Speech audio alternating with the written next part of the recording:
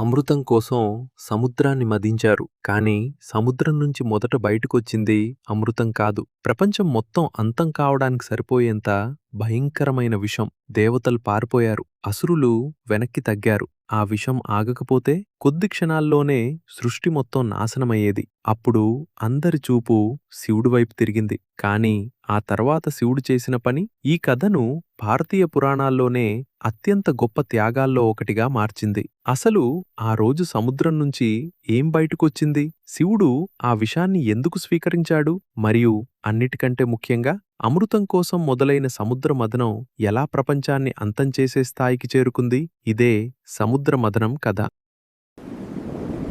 మన శక్తి రోజురోజుకీ తగ్గిపోతోంది. అసురులు మాత్రం మరింత బలపడుతున్నారు. ఇలా కొనసాగితే దేవలోకం మన చేతుల్లో ఉండదు.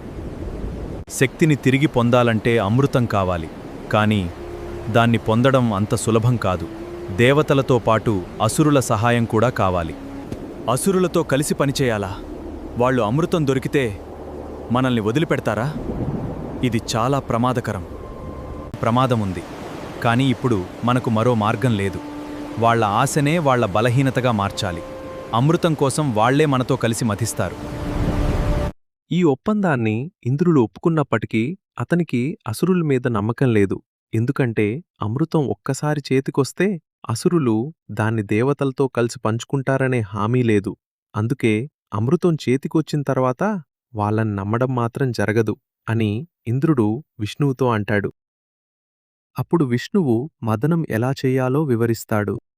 మందర పర్వతాన్ని కవ్వంగా ఉపయోగించాలి. వాసుకిని తాడుగా చేసుకోవాలి. అప్పుడు మాత్రమే సముద్రం లోపల దాగిన అమృతం బయటకొస్తుంది. ఆ పర్వతం అంత పెద్దది, దాన్ని కదిలించడం ఎలా సాధ్యం? వాసుకి కూడా మన మాట వింటాడా? ఈ ప్రయత్నం మొదలుపెట్టడమే ప్రమాదంగా ఉంది. అప్పుడు వాసుకి సముద్రం నుండి బయటకు వచ్చి ఇలా అంటాడు.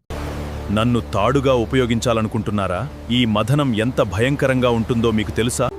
వాసుకి, ఇది కేవలం అమృతం కోసం కాదు. దేవతలు అసురులు కలిసి చేసే చివరి ప్రయత్నమిది.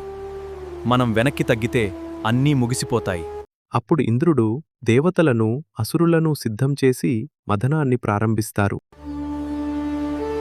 లాగండి, లాగండి, అందరూ ఒకేసారి లాగండి. పర్వతం కదులుతోంది, ఇంకా బలంగా. అమృతం మనకు దొరకాలి.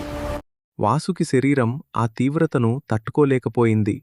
వెంటనే అది విషం కక్కడం ప్రారంభించింది. ఆ పొగ ఏమిటి? వాసుకి, నీ నోటి నుంచి ఏం బయటకొస్తోంది? అందరూ వెనక్కి వెళ్ళండి.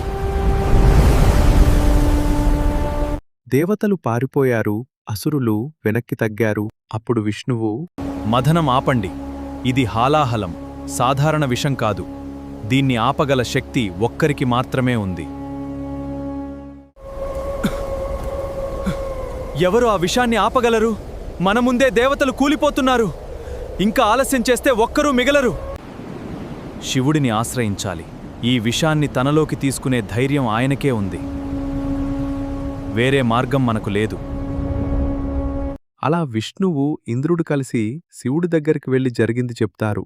అందుకు శివుడు, ఈ విషం ప్రపంచాన్ని నాశనం చేసేలోపు దాన్ని నేను స్వీకరిస్తాను. భయపడకండి. ప్రభూ, ఆ విషాన్ని తాకడమే ప్రాణాంతకం. మీరు నిజంగా దాన్ని తాగబోతున్నారా? మీకేమైనా అయితే?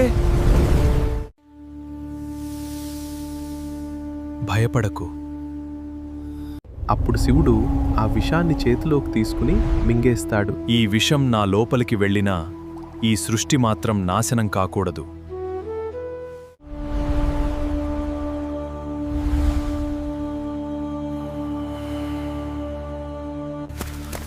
ప్రభూ, ఆపండి.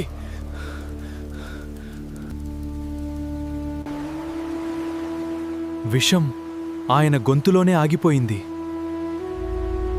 అలా శివుడు విషాన్ని గొంతులో దాచుకున్న తర్వాత మళ్లీ మథనాన్ని ప్రారంభించండి అని అంటాడు. ఇప్పుడు మళ్లీ అందరికి ఒక్కటే లక్ష్యం, అదే అమృతం. మళ్లీ మొదలు పెట్టండి.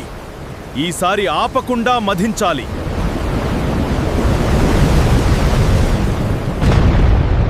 మథనం కొనసాగుతుండగా సముద్రం లోతుల్లో ఏదో మారినట్టు అనిపిస్తుంది. ఒక్కసారిగా నీటి అడుగు నుంచి ఒక వెలుగు పైకి వచ్చినట్టు అనిపిస్తుంది. అది ఏమిటో ఎవరికీ అర్థం కాదు. అప్పుడు వాళ్ళు ఇది అమృతమా అని ఆశ్చర్యంగా చూస్తారు. అలా దేవతలు అసురులు కలిసి క్షీరసాగరాన్ని జయించి అమృతాన్ని సంపాదిస్తారు.